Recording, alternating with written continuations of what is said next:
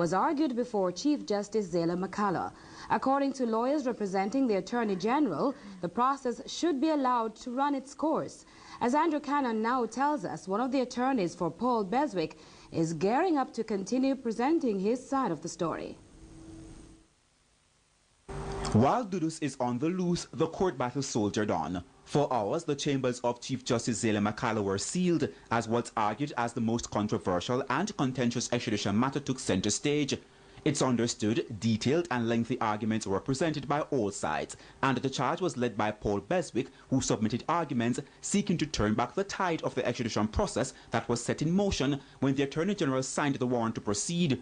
Attorneys for the Justice Minister also made their case, and this was followed by arguments from lawyers in the DPP's office. The office of the DPP has an extradition unit, as the DPP represents the requesting state, which is in this case the US. That legal arm will, among other things, play a role in the marshalling of the evidence once the extradition process gets underway.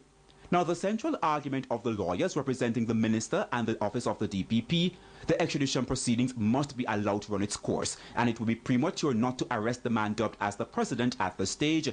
Therefore, it was reasoned Coke's attorney should not be granted leave to review the decision of the Justice Minister, Dorothy Lightbourne. That would in effect result in a stay of the warrant to arrest the fugitive, whose notoriety transcends Jamaica's borders. A response was made today by Mr. Beswick. However, come Friday, that's expected to be strengthened, as the attorney will put forward arguments to rebut established precedents cited by government lawyers. It's not certain at this stage when the Chief Justice will deliver a judgment that's eagerly anticipated, not only by an alleged Don who still eludes the police's searchlight, but parts of the international community as well. Andrew Cannon, CVM News. As the security forces embark on another phase of their offensive on the crime monster, the Police High Command is further appealing for certain persons to turn themselves in. They are described as persons of interest believed to be affiliated to criminal gangs in the Kingston metropolitan area.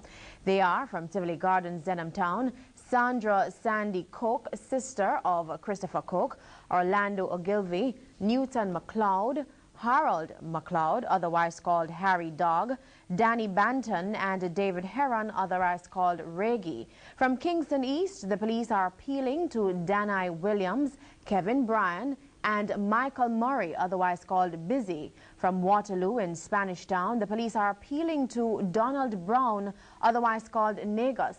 From Tavern Campview, the police want Christopher Linton, otherwise called Dog Pow.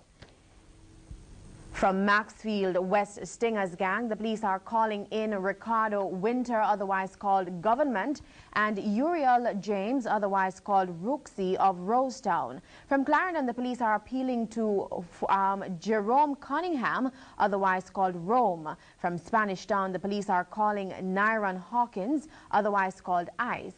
From Rima, the lawmen want Vasilion Lyon, otherwise called Irons, of 4th Street. From Kingston Central, Anthony Harding, otherwise called Prince Pau, Dennis Duaney, otherwise called Danfrey. From the New World Order Gang, Timothy Thompson, otherwise called Timo. From 2 Miles, Marlon Barnett, otherwise called Pastor. Casey Allo Gang, Kevin Bryan, Richard Francis, otherwise called Redhead, Javon Robinson, otherwise called Jav. From the One Order Gang, the police want Damian Gray, otherwise called Sai of Shelter Rock, Everton Minot, otherwise called Rado. From the Klansman Gang, the police are calling Rohan Silvera, a mastermind behind the Cash for Gold racket in Spanish Town and its environs. Several other persons for whom the police have expressed an interest since the imposition of the limited state of emergency in the corporate area have already turned themselves in and are now being interviewed and processed.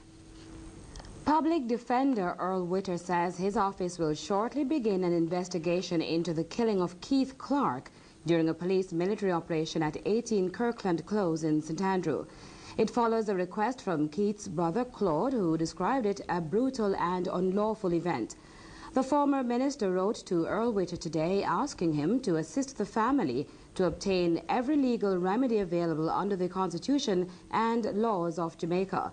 Mr. Clarke said his brother's right to life was savagely violated and the lives and emotions of the family shattered by what he called the unwarranted invasion of their home. He said a country in which an unlawful act such as this is allowed to go unpunished would not be a country worth living in. The heads of the police and military say security forces involved in the operation have been taken off frontline duty and the entire operation is being reviewed. Vendors trading in the 3 Miles area have refused to relocate to the Coronation Market for now, citing what they call sanitary and security concerns. Our reporter Dwayne Burbick visited both locations, even as vendors bemoan a drop in business. Warnings from the mayor to vendors to pack up and leave the 3 Miles area and head back to the Coronation Market went unheeded Thursday. The vendors are still here outside the DC Tavares Market on Spanish Town Road with no immediate plans of moving into the Coronation Market. Their concern is that it's not ready to accommodate them as yet, neither is it safe. Coronation Market don't safe right now, neither for we nor the buyer them.